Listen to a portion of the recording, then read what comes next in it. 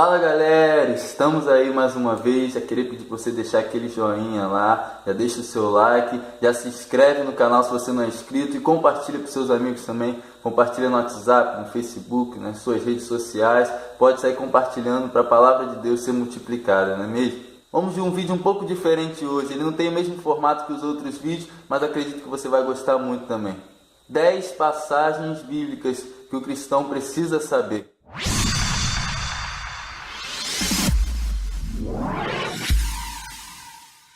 Bom, o primeiro de todos eles se encontra lá em Gênesis, capítulo 1, versículo 1 e 2. No princípio, criou Deus os céus e a terra. A terra, porém, estava sem forma e vazia. Havia trevas sobre a face do abismo, e o Espírito de Deus parava por sobre as águas. Por que você precisa saber desse versículo, dessa passagem?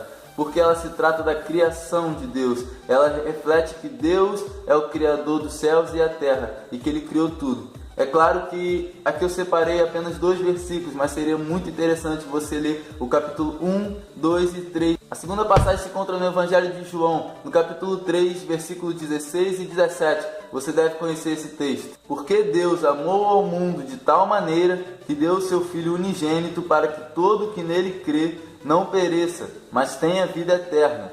Porque Deus enviou o seu Filho ao mundo, não para que julgasse o mundo, mas para que o mundo fosse salvo por ele. Então, esse texto aqui, claro que você conhece, você já ouviu ele, mas você precisa entender que Deus te amou, que Deus amou o mundo e fez um sacrifício.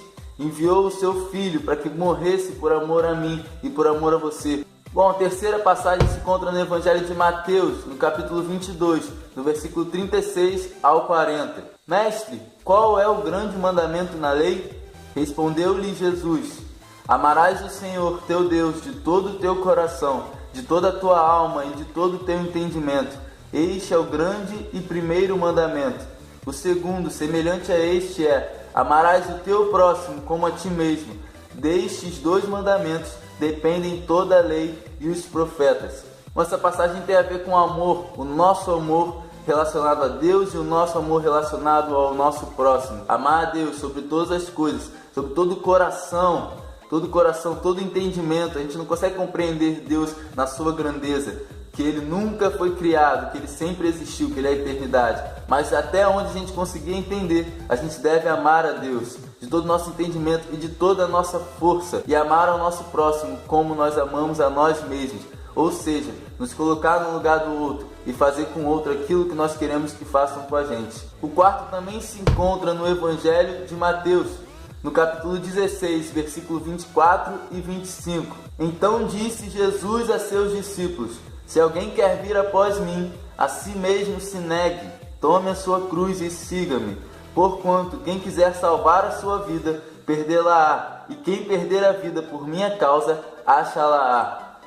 Fala de renúncia essa passagem, esse versículo. Por quê? Porque o Evangelho é renúncia. É você matar o seu próprio eu, crucificar o seu eu, para que você viva em Jesus, para que você viva o Evangelho verdadeiro, para que Jesus viva em você. Tem a ver com renúncia, você doar a sua vida porque Deus doou a vida dele. Jesus entregou a vida dele por amor a você, então você tem que entregar a sua vida também a Deus por amor a Ele. A nossa quinta passagem se encontra no livro de 1 Tessalonicenses, no capítulo 4, versículo 3 e 4. Pois esta é a vontade de Deus, a vossa santificação, que vos abstenhas da prostituição, que cada um de vós saiba possuir o próprio corpo em santificação e honra. Tem a ver com santidade essa palavra. Todo cristão precisa conhecer essa palavra aqui e saber possuir o seu corpo em santidade. Ou seja, nós somos templo do Espírito Santo e Ele habita em nós.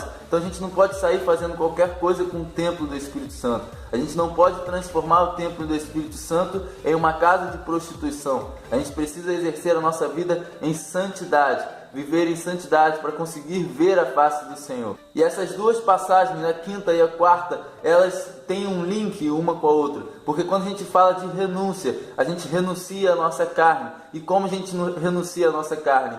se abstendo do pecado, ou seja, vivendo em santidade. Então, quando a gente vive em santidade, a gente está renunciando à nossa carne por amor a Deus. E a nossa sexta passagem se encontra no Salmo, no capítulo 51, no versículo 2. Lava-me completamente da minha iniquidade e purifica-me do meu pecado. Esse é um salmo de Davi, é o salmo de arrependimento dele depois que ele comete o pecado. Por que nós precisamos saber disso? Porque, cara, ele se arrependia, ele tinha um coração totalmente quebrantado. E mesmo quando ele cometia pecado e ele não conseguia viver em santidade, ele tinha um coração quebrantado, disposto a pedir perdão a Deus de todo o coração. Eu sei que aqui eu coloquei somente um versículo, porque eu queria tratar um pouco, mas não deixe de ler o capítulo todo, porque esse é um capítulo muito lindo, que Davi realmente abre o seu coração para Deus diante do pecado que ele cometeu, e ali ele pede perdão para Deus e com certeza Deus o perdoa. A nossa próxima passagem se encontra no Evangelho de Lucas, no capítulo 7, versículo 36 ao 38. Convidou um dos fariseus para que fosse jantar com ele. Jesus, entrando na casa do fariseu, tomou lugar à mesa.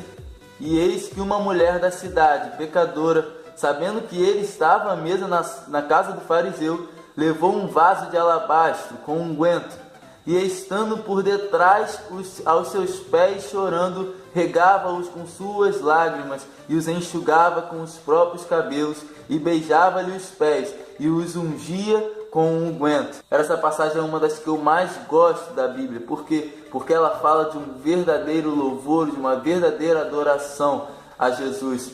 Se por um lado a gente precisa ter um coração quebrantado para pedir perdão a Deus, como Davi fez, por outro lado a gente também precisa ter um coração quebrantado para adorar a Deus da forma que Ele é, da grandeza que Ele é. Como aquela música diz: me humilho aos seus pés para te dizer quem és para mim. Quando a gente se humilha aos pés de Jesus, a gente mostra que Ele é soberano, que Ele é santo e que Ele é digno de toda a honra e de toda a glória, e que nós não somos nada. Essa é a verdadeira adoração. A nossa oitava passagem se encontra no livro de Efésios, no capítulo 2, versículo 4 e versículo 5. Mas Deus, sendo rico em misericórdia, por causa do grande amor com que nos amou, e estando nós mortos em nossos delitos, nos deu vida juntamente com Cristo.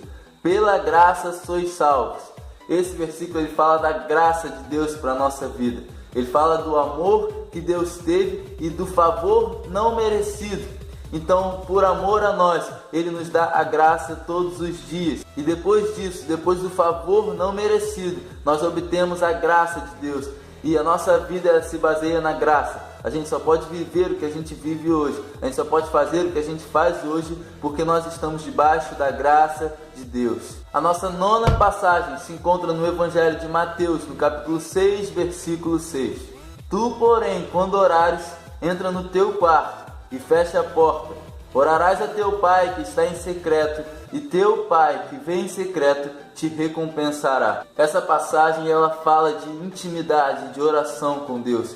Porque depois que Ele derrama a sua graça sobre a nossa vida, nós temos o privilégio de entrar no Santo dos Santos, procurar um lugar secreto para ter intimidade com Ele. Nós temos livre acesso com o Pai. E se a gente tem esse livre acesso, a gente tem que buscar isso. Jesus nos ensinou isso no ministério dele. Ele saía e se destacava dos demais discípulos e da multidão para poder ter uma comunhão e uma intimidade com Deus. E através disso, nós vamos crescer muito mais como cristãos e como pessoa, porque nós vamos estar conhecendo a face de Deus, sabendo quem Ele é e espelhando isso na nossa vida. E a nossa décima passagem se encontra no Evangelho de Marcos, no capítulo 16, versículos 15 e 16. E disse-lhes: ide por todo o mundo e pregai o Evangelho a toda criatura. Quem crer e for batizado será salvo. Quem, porém, não crer será condenado. E isso linka com a passagem anterior que nós lemos. Porque quando a gente começa a ter intimidade com Deus, quando a gente começa a andar espelhando aquilo que Ele é para nós, a gente precisa expor isso para alguém. A gente precisa contar as coisas que Ele fez na nossa vida, as coisas que Ele tem nos contado no nosso íntimo. E é aí que vem essa passagem: ide e pregai o Evangelho a toda criatura. Gente, é claro que eu tive que separar 10 versículos, 10 passagens, foi muito difícil. Se eu pudesse, eu colocaria muito mais passagens, porque a Bíblia ela tem muita coisa. E ela se renova a cada dia. Cada texto que você for ler dela, Deus pode falar com você. Se você pode ler uma genealogia, Deus pode falar com você profundamente através disso. Se você for ler um texto totalmente despretensioso, que você não dá nada por ele, Deus pode falar com você através disso. E por isso foi muito difícil para separar só em 10. Deu uma pena danada ter que cortar vários versículos que eu tinha posto. E eu fui cortando. Mas eu acredito que foi o que Deus queria passar nesse momento. Que você seja extremamente abençoado por esses versículos, por essas passagens. E que a gente não venha esquecer.